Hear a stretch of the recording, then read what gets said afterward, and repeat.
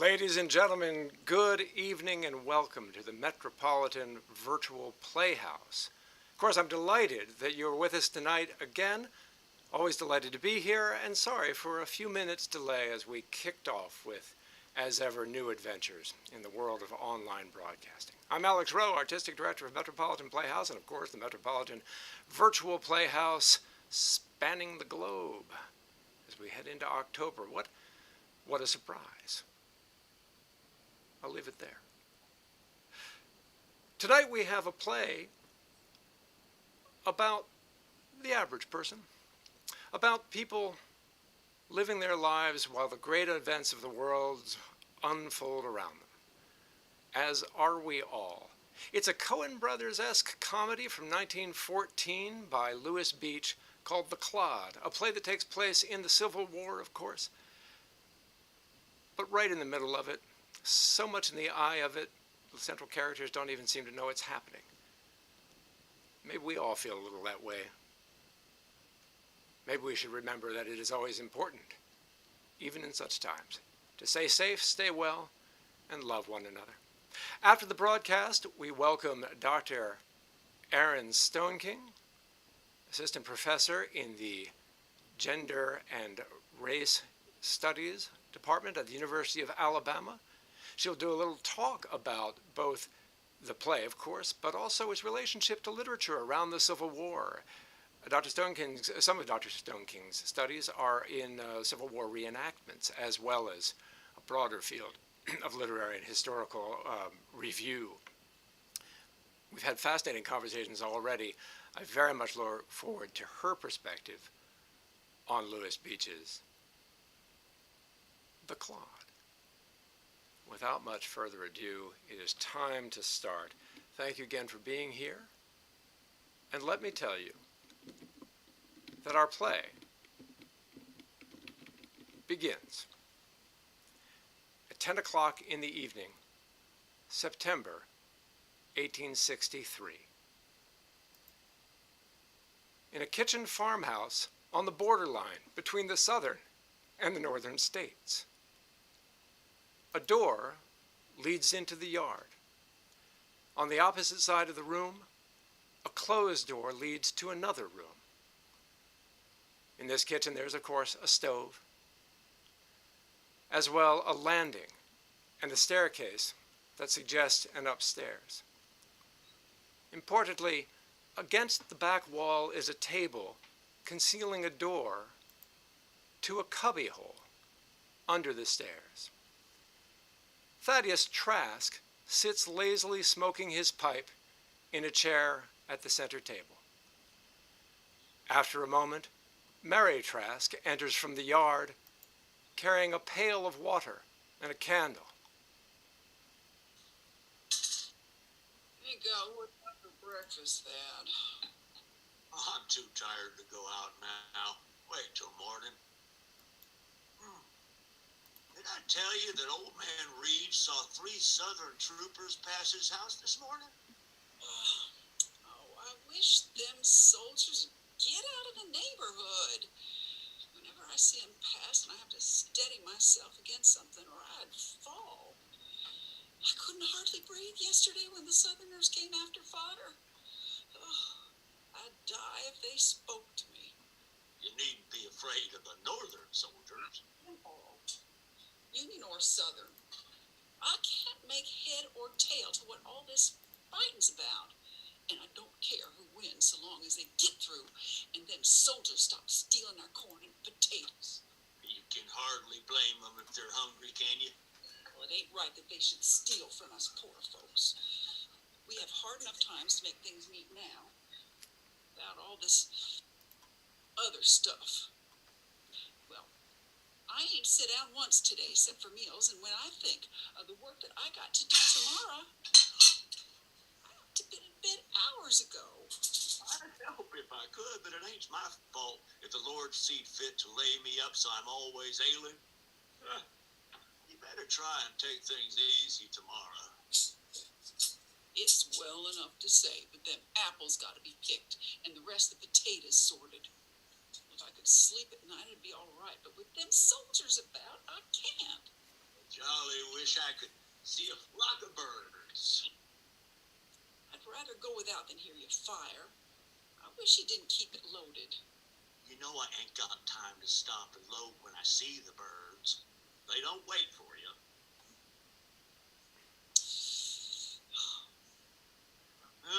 Them pigs has got to be butchered. Wait till I get a chance to go to Sister's. I can't stand to hear 'em squeal. Oh, best go soon then, 'cause they're fat as they'll ever be, and there ain't no use in wasting feed on them. Ain't you most ready for bed? Go on up. And Dad, try not to snore tonight. Hit me if I do.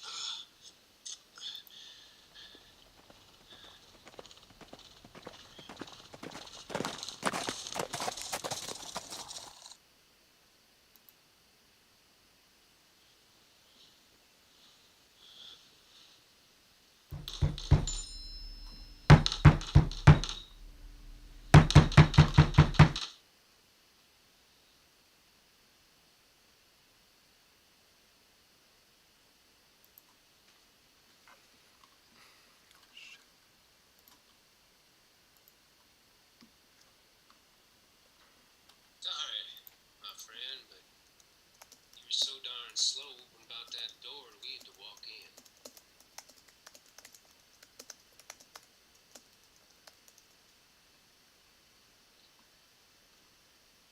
There been a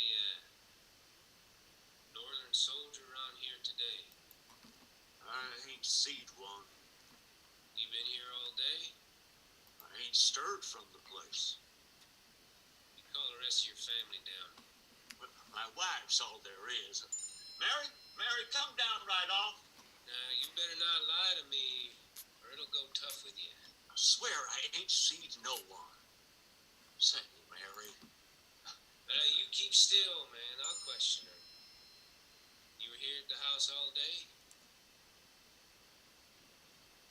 You didn't take a trip down to the store? Haven't you got a tongue? Yes. Well, then use it. The northern soldier who came here a while ago was pretty badly wounded, wasn't he? No one's been here.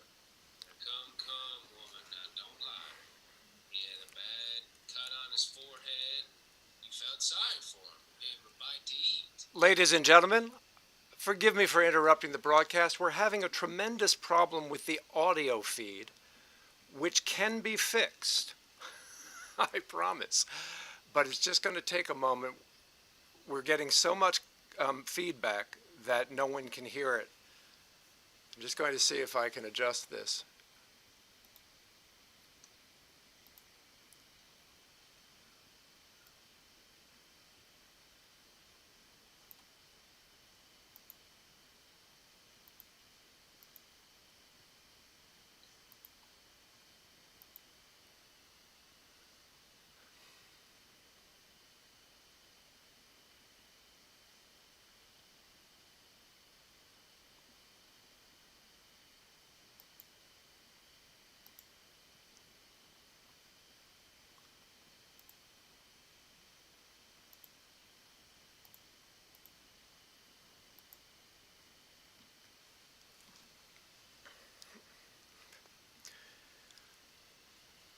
There's not a whole lot we can do except I'm going to restart the audio stream. So we're going to hope for the best. Actors, we've received a request that we restart. Would you be game? Okay. To those of you listening, if you can hear us, I've just got to type a chat.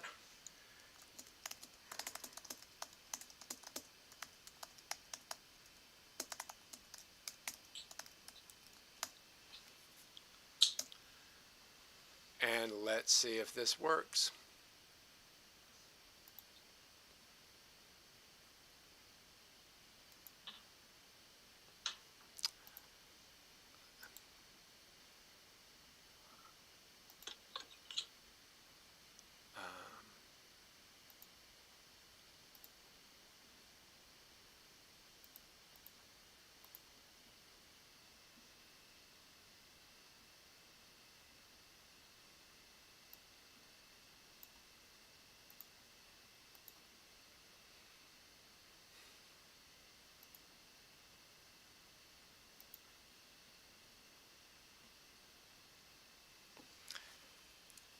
To those in the YouTube audience, thank you. I know it's possible to hear me. What you cannot hear is the audio from the show itself. Thank you for your notes that it's very clear. It's a different feed, and for some reason the feed is not coming through.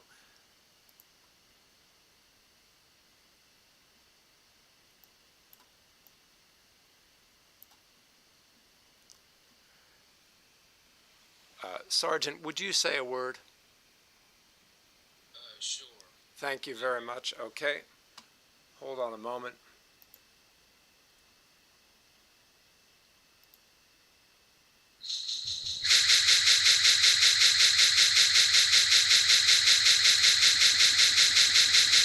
We are getting there.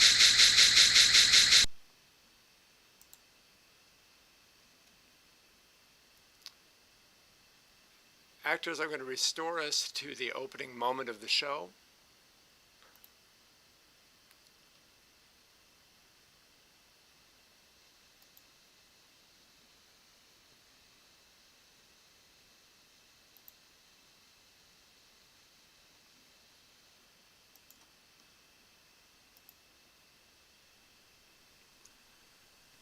All right. With the patience of our audience, the patience of the actors, we should have sound. Mr. Rankin, would you please say one word?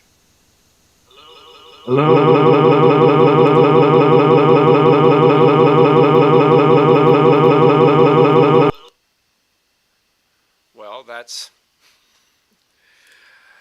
an experiment.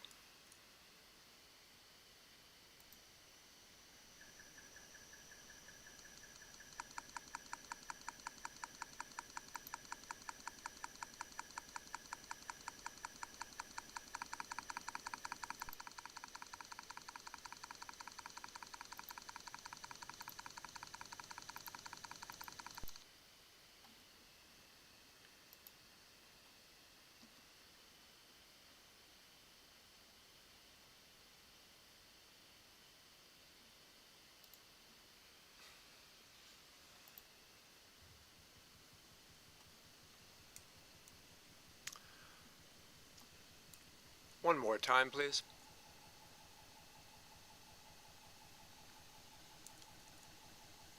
Mr. Rankin, could you say another word, please? Yes.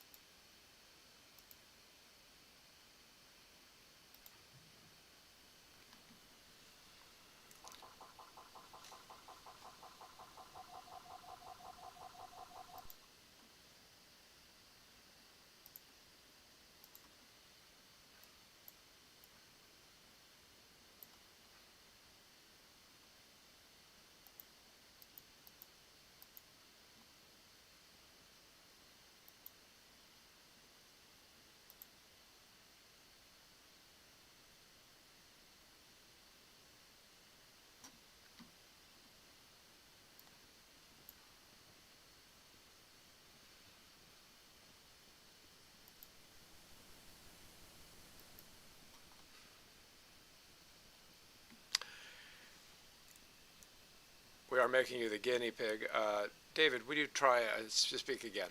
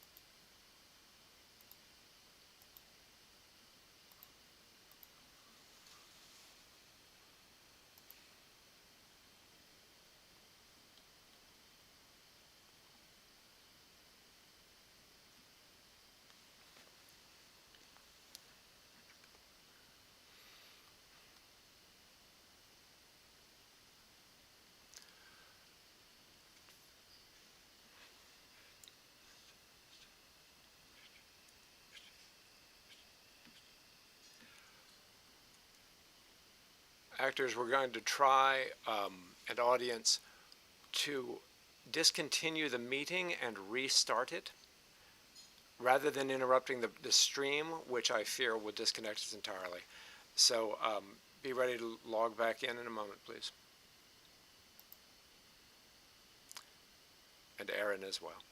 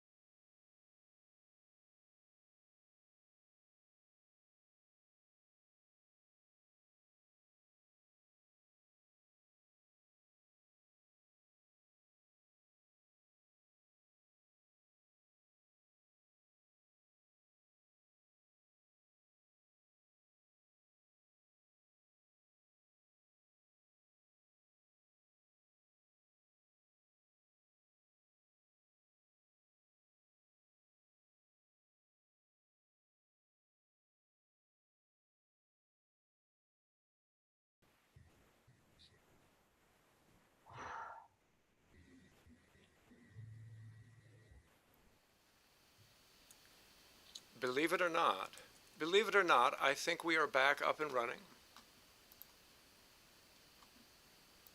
The question is whether the stream is going to pick us up.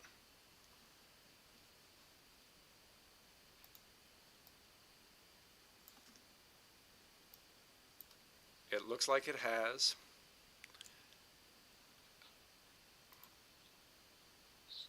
I'm going to go to the opening image of the play. David, if you could just speak a word. I'm too tired to go out now. Here we go. Back Wait to till the morning. start. Back to the beginning, and we will commence again. Thank you all. Northern Soldier, I hope you can hang to the end.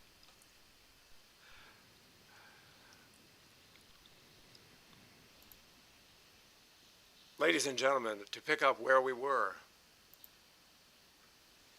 1863, September in the Civil War. On the Mason-Dixon line, a kitchen, a door leading to a yard out.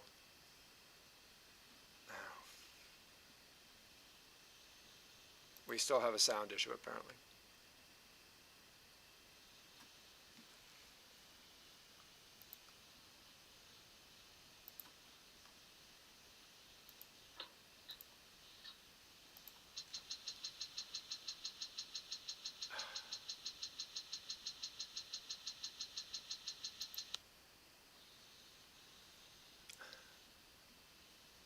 All right, there is one solution. It's a bad one, but here it comes.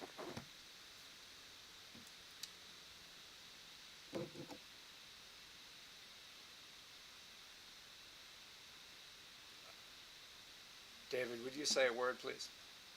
Hello? Thank you.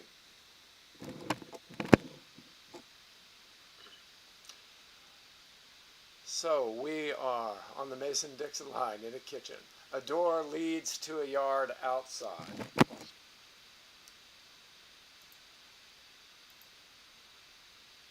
A door opposite leads to an inner room. There is a stove, stairs leading up to a second floor. A table concealing a cubbyhole behind a door underneath the stairs. Thaddeus Trask sits at a center table, smoking. Mary Trask enters.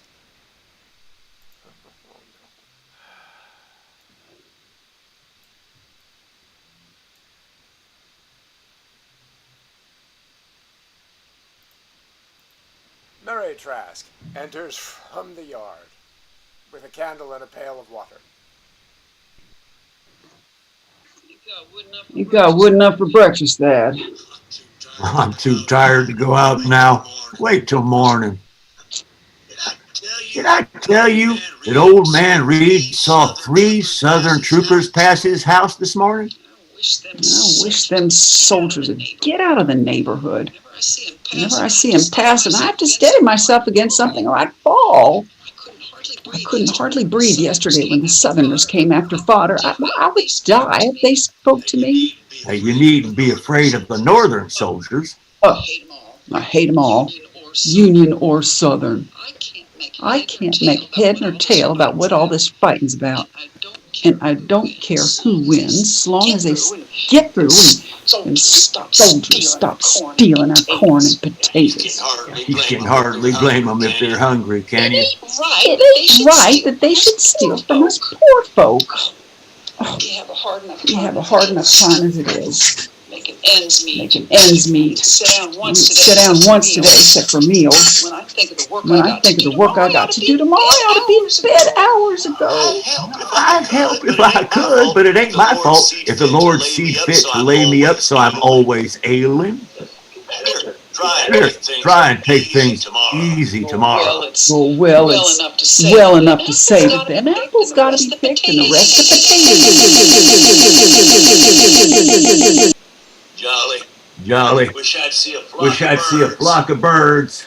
I'd rather go without than hear you fire. I wish you didn't keep it loaded. You know I ain't got time to load when I see the birds. They don't wait for you. No, them pigs has got to be butchered. Oh, wait till I get a chance to go to Sisters. I can't stand to hear them squeal. Oh, best go soon then, because they'll be as fat as they're ever going to be, and there ain't no use in wasting feed on them. Ain't you ready for bed? Go on up. And Thad, try not to snore tonight. Hit me if I do.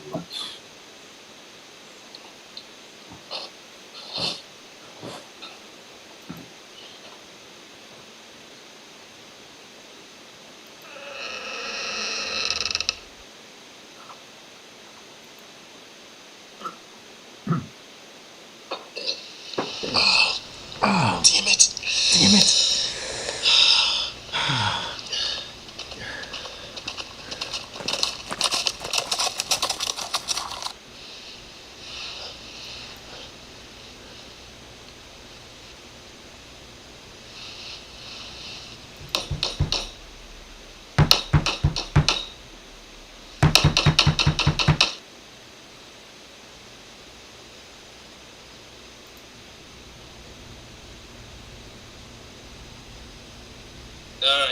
Sorry, my friend, but you so darn slow about opening that door that we had to walk in. You seen a northern soldier around here today? I ain't seen no one. You been here all day? I ain't stirred from the place. You call the rest of your family down. My wife's all there is. Mary, come down right quick. better not lie to me. You better not lie to me, or it'll go tough with you. Swear I didn't see no one. Say, Mary, you was here Now today. you keep still, man. I'm questioning myself. You were here at the house all day. You didn't take a Trip down to the store. Haven't you got a tongue? Haven't you got a tongue? Yes. Then use it. That Northern soldier came here a while ago was pretty badly wounded, wasn't he? No one's been here. Now, calm, woman. Don't lie. He had a bad cut on his forehead, and he felt sorry for him. You gave him a bite to eat. No one's been near the house today. We're not going to hurt him, woman. He's a friend of ours. We want to find him, put him in the hospital, don't we, dear? He's sick. He needs to go to bed for a while. He ain't here. Now, what do you want to lie for? I ain't lying. I ain't sick. No one could have come without her seeing him. Now, I suppose you know what'll happen if you are hiding the man. There ain't no one here. We both been here all day, and there couldn't no one come without our knowing it. They want around here anyway. We'll search the place. Ain't got no right. What is that? Woman? There ain't no one here, and you're keeping us from our sleep. You sleep. This is an affair of life and death. Get us a lantern. You trying to hide the door, are you? For putting that table in front of me? You can't fool me. Now you pull the table away and let's see what's behind that door. It's a cubby hole and ain't been opened in I years. said, open the door.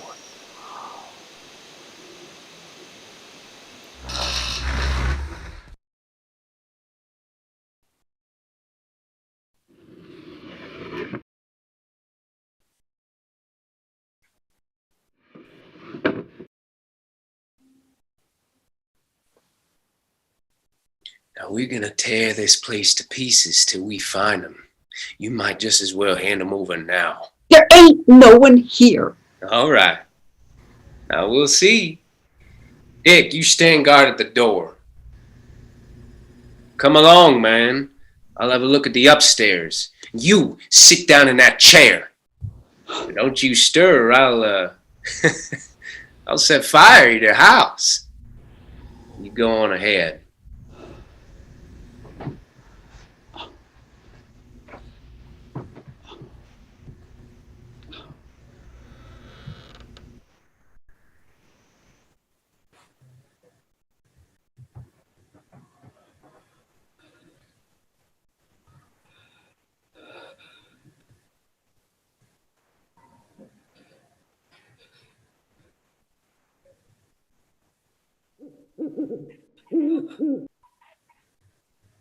Woman, Yes?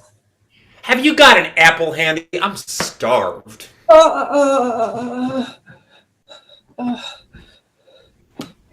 Here, now what I tell you I do if you move from that chair?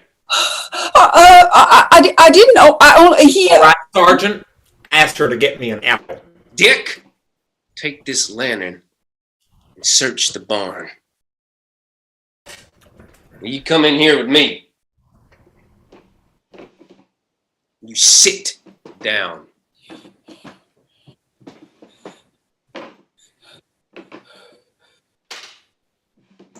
What's in here, son? Leave that there.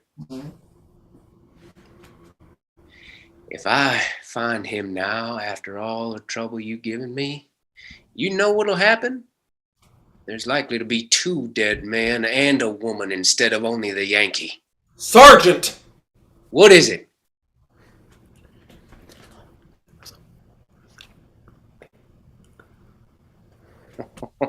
Now, my good people, how did that horse get here? What horse? There's a horse in the barn with a saddle on his back. I swear he's been ridden lately. There is? Know it. Now come, woman. Who drove that horse here? Well, I don't know. I didn't hear nothing. Let me go and see. No, you don't. You two have done enough to justify the harshest of means. Now show us a man's hiding place. If there's anybody here, he's coming tonight without our knowing it. I tell you, I didn't see anybody, and she didn't. Where is he? There ain't nobody in this house except us two. Did you search all the outbuildings? Yes, there's not a trace of him except the horse. No, he didn't have much of a start on us, and I think he was wounded. Farmer down the road said he heard the hoofbeats. Man, the other side of you heard nothing. And the horse is in your barn. Now, there are ways of making people confess.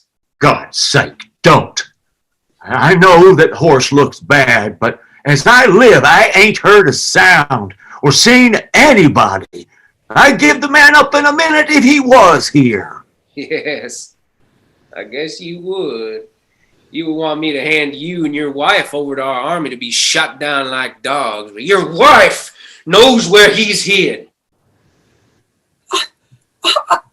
I'm sure I wish I did. And I tell you quick and get you out of here. Tain't no fun for me to have you prowling all over my house. You ain't got no right to torment me like this. Lord knows how I'll get my day's work done if I can't have my sleep. Good God.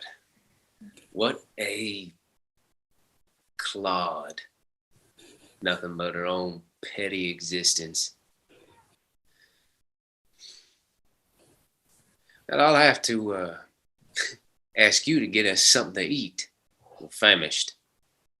Come, Dick. We better give our poor horses some water. They're all tired out. The man isn't here. If he were, he couldn't get away while we were in the front yard. Now you get us a pail. Give the horses some water. Oh, that ain't the horse's pail. Now come along now. You can help. That's the drinking water pail. Well, that's all right. Oh.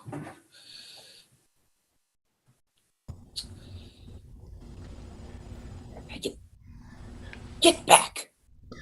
And soldiers will see you. Some water. Quick. It was so hot in there.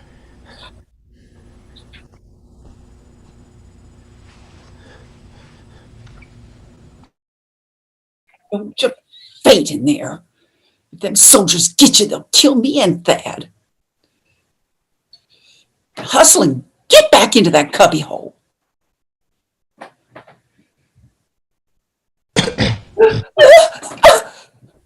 Be still, or they'll hear you. How are you going to get me out of this? Get out!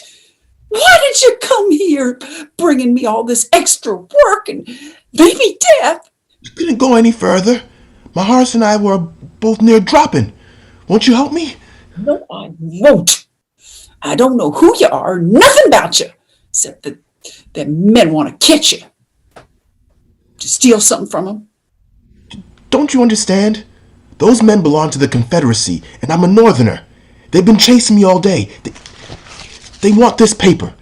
If they get it before tomorrow morning, it'll be the greatest disaster that's ever come to the Union Army. Was it you rode by yesterday? Don't you see what you can do? Get me out of here and away from those men, and you'll have done more than any soldier could do for the country. For your country.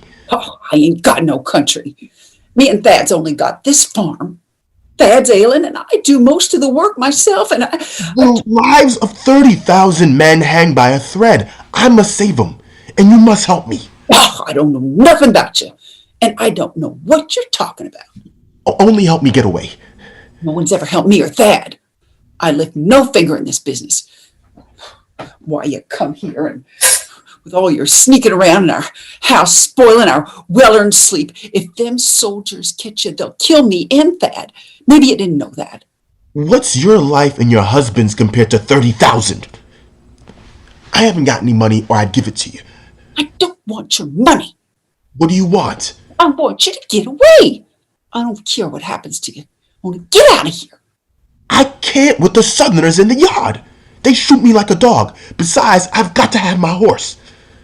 What kind of looking horse is it?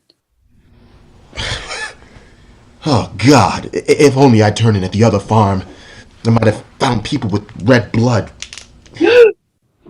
What you gonna do with that gun?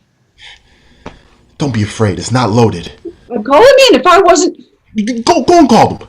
Save your poor skinnier husbands if you can. Call them in. You can't save yourself. You can't save your miserable skin, because if they get me and don't shoot you, I will. Oh, You see, you've got to help me whether you want to or not. I ain't done nothing. I don't see why you and them others come here threatening to shoot me. I don't want nothing. I don't want to do nothing. I just want y'all to get out of here and leave me in that to go to sleep. Oh, I don't know what to do. You got me in a corner where I can't move. Oh. Now you've done it. They'll be in here in a minute. You can't give me up. They'll shoot you if you do. They'll shoot.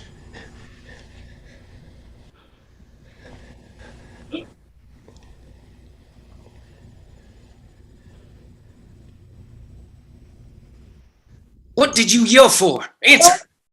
I knocked the dipper off the table. It scared me. Yeah, well, don't drop our breakfast. You put it on the table. We're ready. It ain't finished. You had time to cook a dozen meals. You're as slow as a snail. Now, what'd you do with all that time we were in the barn? I didn't do nothing. You lazy female. Now get a move on. You give us something fit to eat, and don't try to give us any of the leftovers on us. If you do, you suffer for it. Don't you know anything, you brainless farm drudge? Hurry, I said. What a night. My stomach's as hollow as these people's heads. Oh, that's one of my best towels. Can't help it. You tend to the breakfast. That's enough for you to do at one time. I don't see how they gave us a slip. He knew we were after him and drove his horse in here. And went on afoot! Clever scheme, I must admit. Have you rid far tonight, misters? Far enough. 20 miles or so? Perhaps. How long you been chasing the critter? Just shut up, man. Don't you see we don't want to talk to you? Now you take hold and hurry, woman. My patience is at an end. There. I hope you're satisfied. Is this all we get? Now, come on, it won't do you any good to be stingy. It's all I've got. Well, it isn't a mouthful for a chickadee. Now give us some butter. There ain't none. No butter on a farm? God, the way you lie. Shut up! Have you got any cider? Don't ask. She and the man probably drank themselves stupid on it. I never struck such a place in all my life. Now, get me another fork. How'd you expect me to eat that with this bent thing? Now, give us some salt. Don't you know that folks eat it on eggs? I said salt, woman. S-A-L-T. Salt. Salt.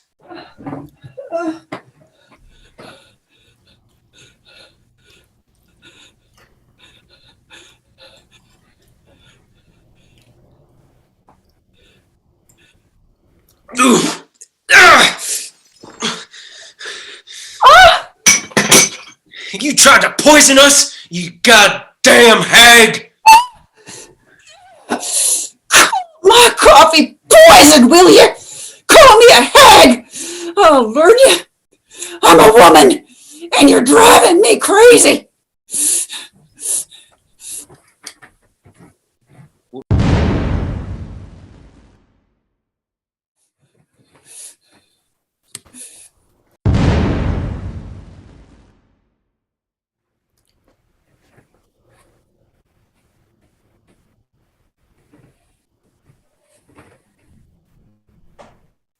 Go get my horse. Quick. I'm ashamed of what I said. The whole country will hear this. And of you.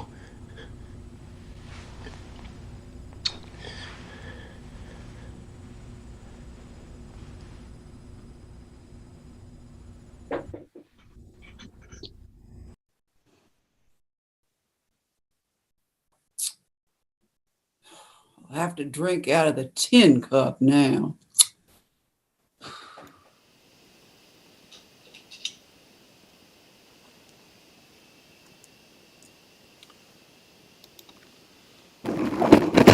Well, these have been some adventures in Zoom and YouTube broadcasting, and I deeply appreciate the audience who was able to stick with it as we had sound coming in and out in different forms. Ultimately, it improved.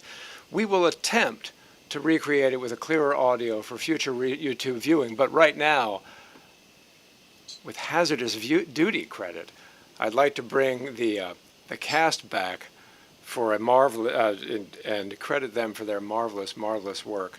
So here we come.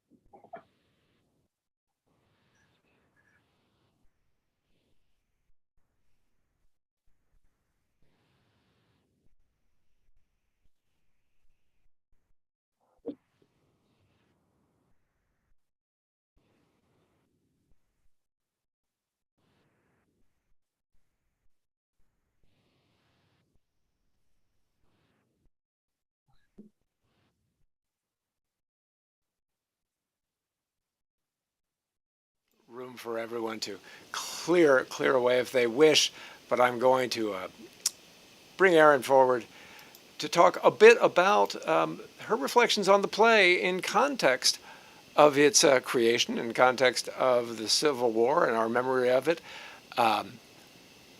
We will hope that we don't have the same sort of echoing problems we did before. Erin, welcome. Thanks very, very much for being with us, and it is all yours. Great. Thank you very much, Alex. And I'm happy to be with y'all tonight. I really enjoyed that reading. Thank you so much to the actors. So I'd love to chat a little bit about the conditions of the original productions of this play, the writing of the play, and then just sort of sketch for us the broader landscape in terms of national memory of the Civil War, to try to have a conversation about this play in context. So we might start by noting that Emmett Lewis Beach Jr., who wrote the play, was himself born 27 years after the conclusion of the Civil War. And his parents both were young enough, and his mother, in fact, was an Irish immigrant. And so neither of them were involved in the Civil War in any significant way, although his father might have vague memories of it as a small child. He graduated from Harvard in 1913. And in fact, this play was likely written while he was a student at Harvard or directly after his graduation there. He was a student of George Pierce Baker's as part of 47 Workshop, which was an influential early sort of institutionalization of theater within the American Academy. So as part of this workshop at Harvard, students were encouraged to write most often one-act plays that were then produced for an incredibly elite audience. You had to apply to be part of the audience. You had to write a letter pointing out all of your qualifications for being able to produce cultivated opinions about new theater. And in fact, you were often then induced, once you were a member of the audience, to write sort of criticisms of each play as you came to see it. And so Baker was really very invested in creating an elite audience, but he saw it as a sort of microcosm for the kind of American theater audience that he wanted to cultivate writ large. We might note that the kinds of people that he assembled into these audiences, however, tended to be obviously white, very highly educated, fairly well off, to say the least, and often noted, and I'm relying here on Dorothy Chansky's research into the Little Theater movement. She noted that often in their letters of application, audience members would note that they were good looking or socially adept or charming. So there were many sort of qualifications that Baker might have been looking for in cultivating these audiences that were not necessarily reflective of the American public at large who might be going to these plays. So this is all to say that this kind of cultivation of a largely white bourgeois audience mirrors in some ways what I think the play mirrors in terms of who has sort of authorship over Civil War memory. What does the Civil War mean for us 50 years later?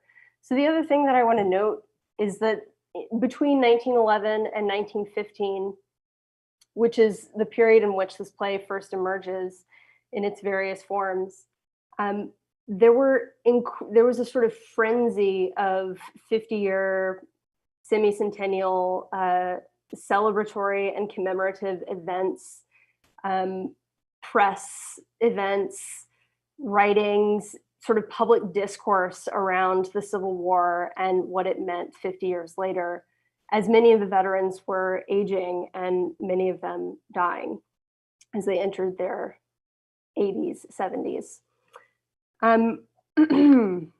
So this play is based on a short story called The Least of These, which was published in 1913 by Donald Hamilton Haynes, who was about 4 years older than Beach, so also not a Civil War vet himself. He wrote this play during the 50th the 50th anniversary of the Battle of Gettysburg, which was a huge, huge event, which featured the first Southern president elected after the end of the Civil War, Woodrow Wilson, who came to address the assembled Northern and Southern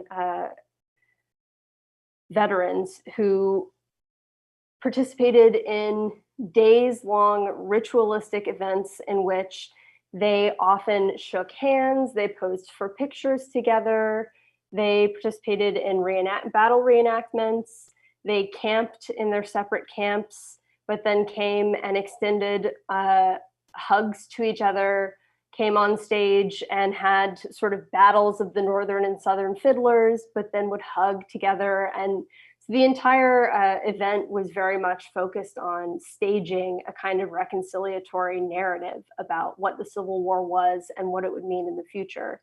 What's notable for our purposes, I think,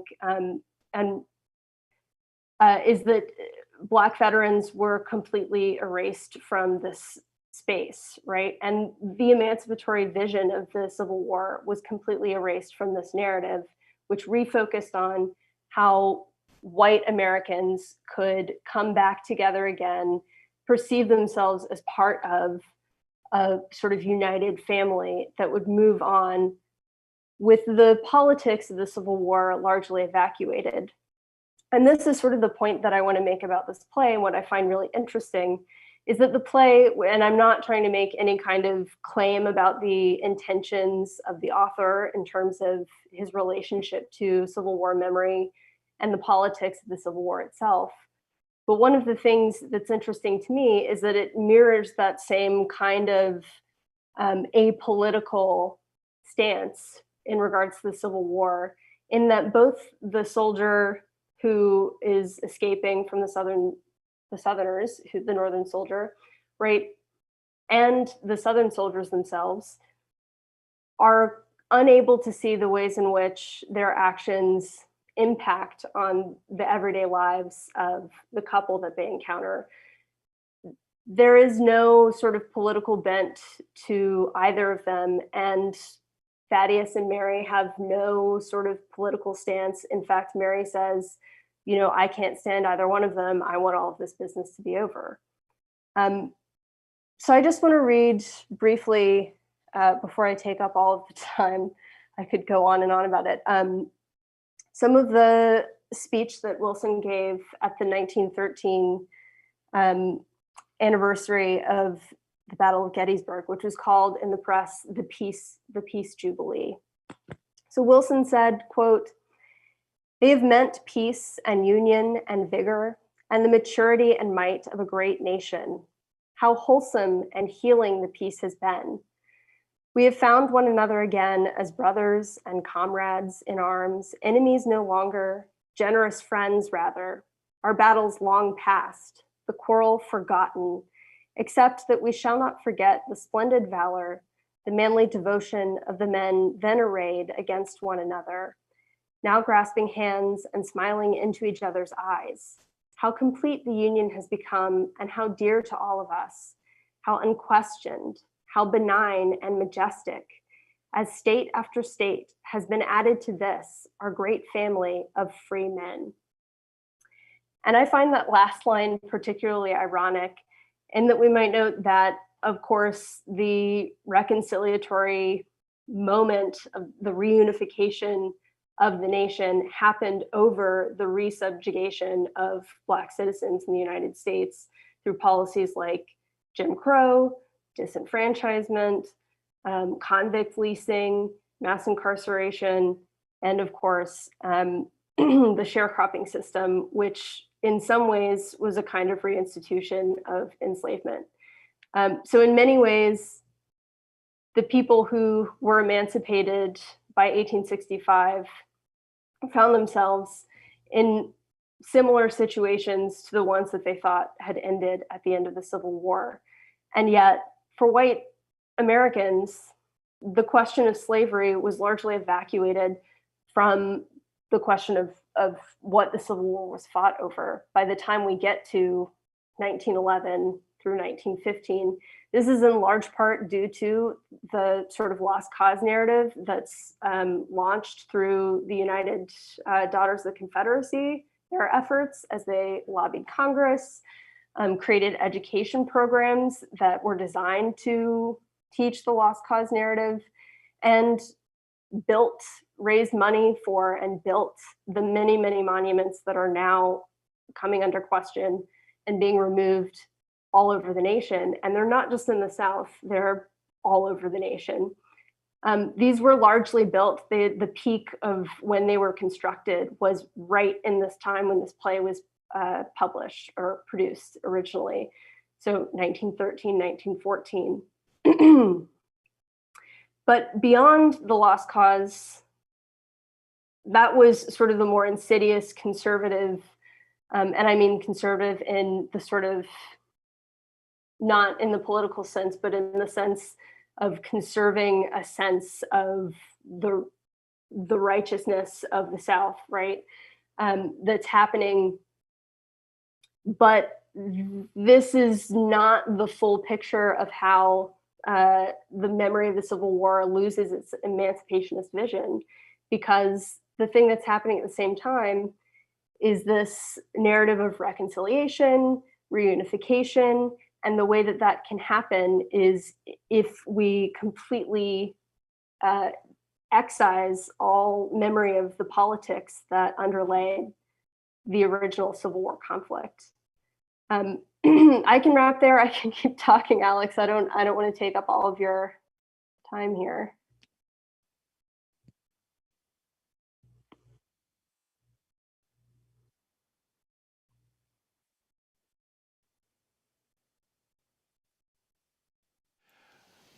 Screen. I really appreciate these insights, and what I've done is encourage audience to ask any questions. While we probably cannot answer the detailed questions about technically why was the sound so bedeviled, any reflections on the show, or even questions about some of the plot that you might have missed that might inform the discussion, are very, very welcome. And I have a thought or two that I wanted to ask about what I'm doing is I'm setting us up so that the actors who remain with us are also able to join in as they will, although it would be with their green screens behind them. So let's turn to see if anyone would like to ask any particular questions. I'm just looking over. Oh, I'm told I can't be heard by the assembly, so I'm not sure if that's true or not. Let's see. It appears that it is.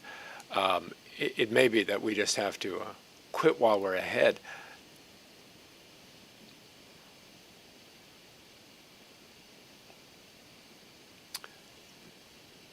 Although we do still have some viewers. I'm getting one message that says what I'm saying is not audible.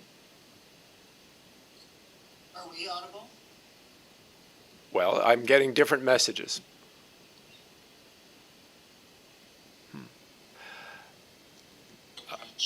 I'm going to put you into the. Yes, apparently we can be heard. So let me bring us all back. Those of us who are present.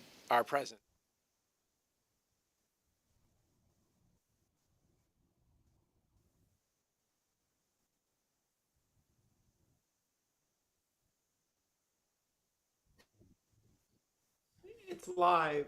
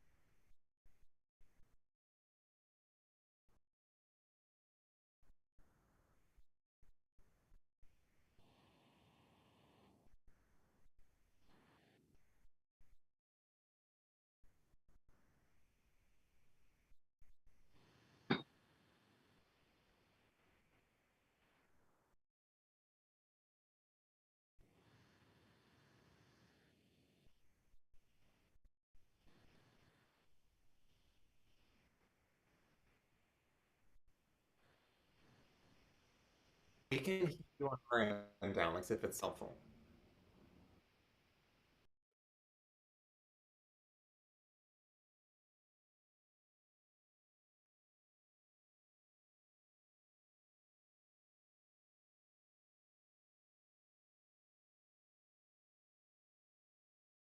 Sure. Can you hear me now?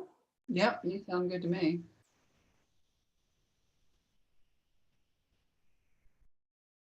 Alex, your sound seems to have some white noise behind it. Oh, okay, so Can you hear me? I can hear you.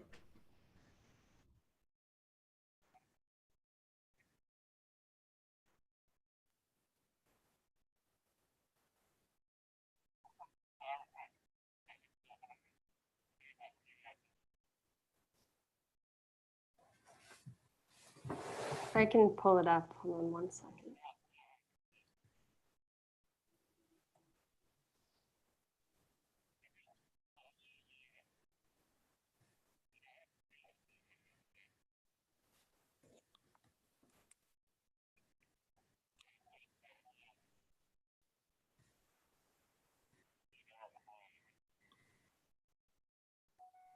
I do actually have a question, if that's okay.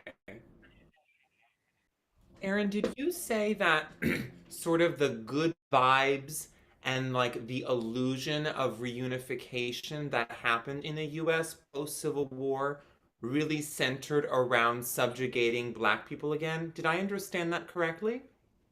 I think it depended on it. So I wouldn't say that I'm not making the argument that the reunification narrative or the reconciliatory sort of narrative was occurred through resubjugating Black citizens, but I would say that it depended on like the way that white Southerners and white Northerners found common ground was and were able to sort of say, okay, on with the business of the nation, was through saying we're gonna, okay, we don't have slavery anymore, but we agree that the rights of our Black citizens are not equal to the rights of our white citizens, and we will let things be the way they are in the lower part of the country. And in large part, I mean, sundown towns were all over the nation, right? Racism was not constricted or limited to the South in any way. And I think that's something, right, that's a conversation that's happening now. I see a comment that I would like to hear, Aaron, your and David Rankin also. Wendy Merritt Kaufman asked, was the neutrality, albeit frustrated, of the couple a central point the playwright was making? Can you speak to that at all, Aaron? That she's asking about the neutrality of the couple. You spoke about it already, but do we know that that was a point that the playwright was making? Specifically about this particular couple? So I find it really interesting, and I meant to include this in remarks. It sort of slipped my mind to include, but the original short story by Haynes is not specifically set within a Civil War context. It is set on American soil with the same characters, Mary and Thaddeus Trask, the exact same story and situation, but the soldiers that they encounter are the soldier that's running away is called the American soldier, and the other soldiers are called the hostile soldiers, but they are not sort of defined in any other way. And in fact, their uniforms are so similar as to be indistinguishable. And it takes Mary a moment to remember how to sort out the sort of shades of green of each of their uniforms to keep them straight, who's on which side. And so I do think that was sort of baked into the original story that the play is in turn based on, is that the point is not that there are two distinct sides that have distinct sort of political points of view or ideologies underlying them, but that there are two sort of aggressive forces or figures who are encountering these two people. And all the forces can see are two people who are obsessed with the sort of mundanities of their own lives and can't see the ways in which this couple is suffering. And in some ways, I have sort of, in my remarks, removed what I actually think the sort of central message of the play is, right? Which is the ways in which conflicts and wars play out in the daily lives of the citizens who are living in the soil in which that conflict is playing out. But I'm interested in why, for instance, this original short story, which was written sort of removed from the context of the Civil War, but clearly about the Civil War, published 1913, 50 years after Gettysburg, during this huge peace jubilee that's happening in Pennsylvania, then Beach picks it up, right, and takes it back to its original context, puts the soldiers in the blue and the gray, and really emphasizes what's already latent in the text. I hope that sort of answers the question. That was very interesting, yeah. One YouTube commenter. I think Thaddeus and Mary are definitely living in a bubble, and it's burst. when this invasion happens into their home. Oh, there's my cat. Sorry. But One YouTube commenter asks about the humor in the play. It said she didn't find it funny until Mary's last comment about the broken cup. I wonder, for two questions, whether Mary, you might have any comment about finding the humor or about where she exists, or Aaron, your thoughts, or both really, about this the place of humor in it, in insofar as it is funny or not funny at all. Well, I know that was a conversation. And I don't know if our listeners heard. Are they able to hear you, Alex? Did they hear your setup of this question, or do I need to reiterate it? I'll just go ahead and say synopsize it, please. And yeah. John Goldsboro wondered about the twist ending with the wife suddenly reaching her limit and taking action. He said he wasn't finding the play funny until the very last moment with her comment about the cup. Well, this is actually a conversation that Alex and I had, the director and I had, the other day after a rehearsal. And I felt that, I guess just myself as an actor, I felt that there was humor in the story, in the fact that all this woman wants to do, all this couple wants to do, especially the wife, is get some sleep. And if you've ever been, if you've been a parent, or, if you've had high need children, or you've been a caregiver or whatever, sometimes you only get 2 hours of sleep a night. And it's not very funny when it's happening. But to me, I saw some kind of dark humor in that here's all this stuff going on around her, world events are going on around her and around the couple, and all they want is to get some sleep. And to me, that just struck me as kind of funny. And so I sort of went for that with my portrayal. Even earlier on in the play, it was, I will say, since we didn't have some of our sound effects that were just wonderful, we were, and they really, sometimes sound effects add a lot to the story. I think it came across as a little darker without the sound effects, but I found it, even though it was serious, there was just something innately darkly humorous to me.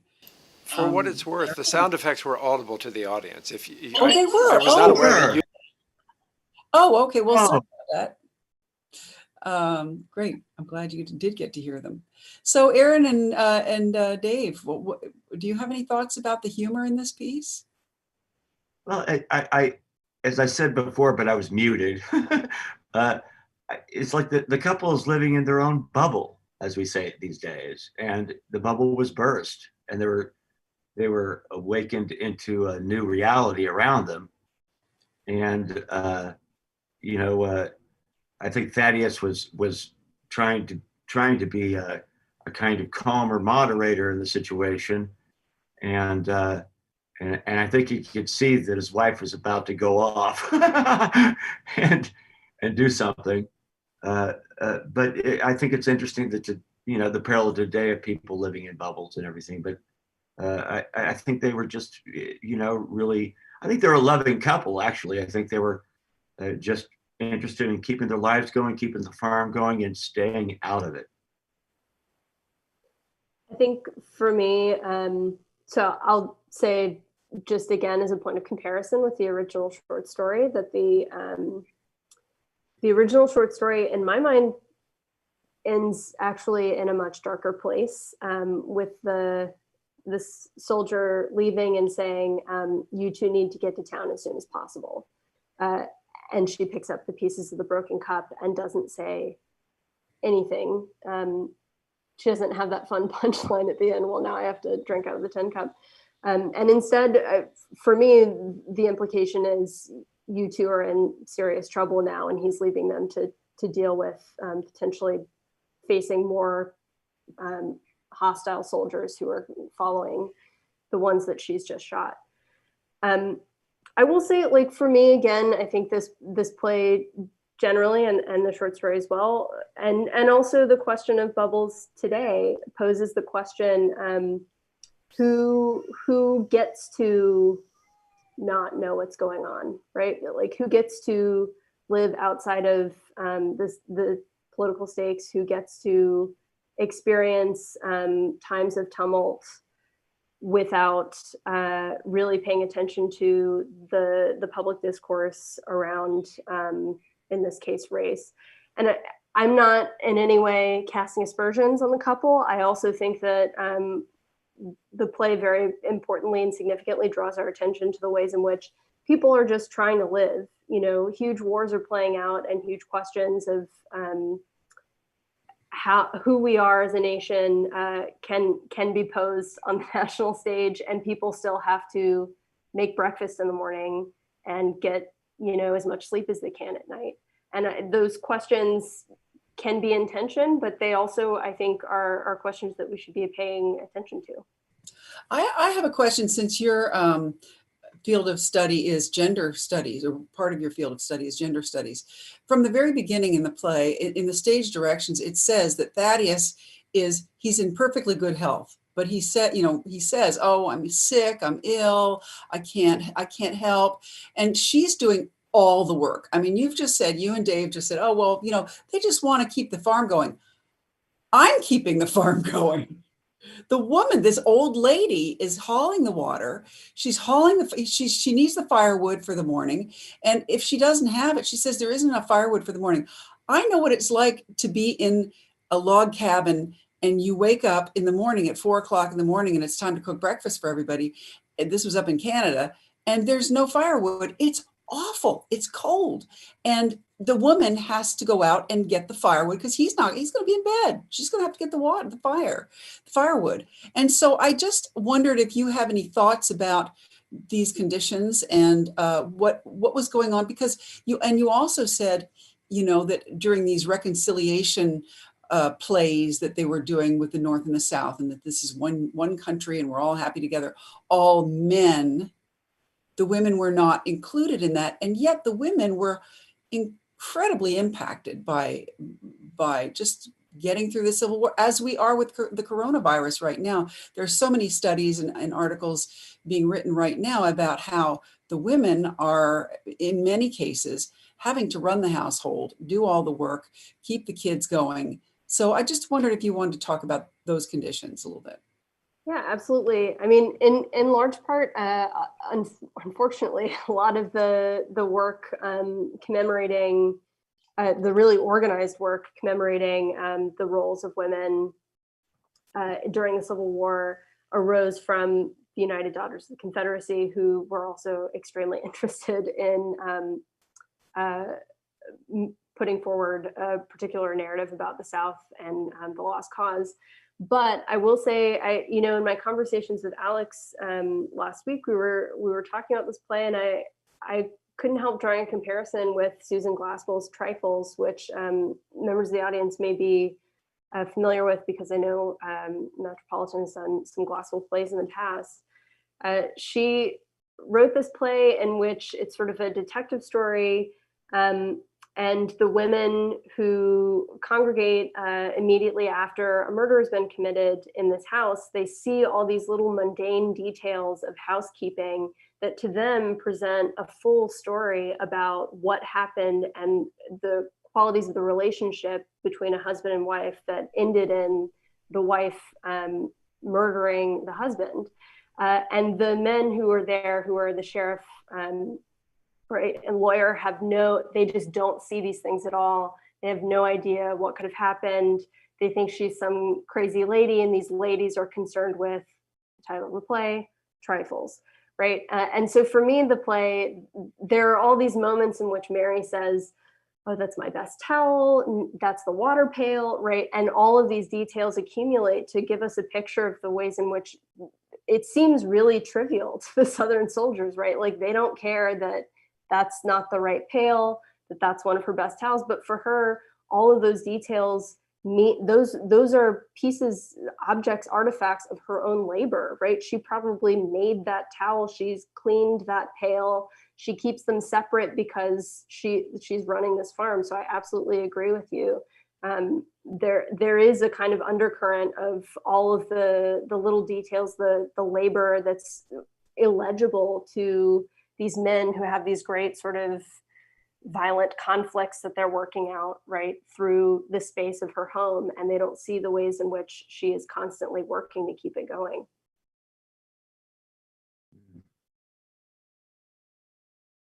I think it's great that the playwright wrote that so well.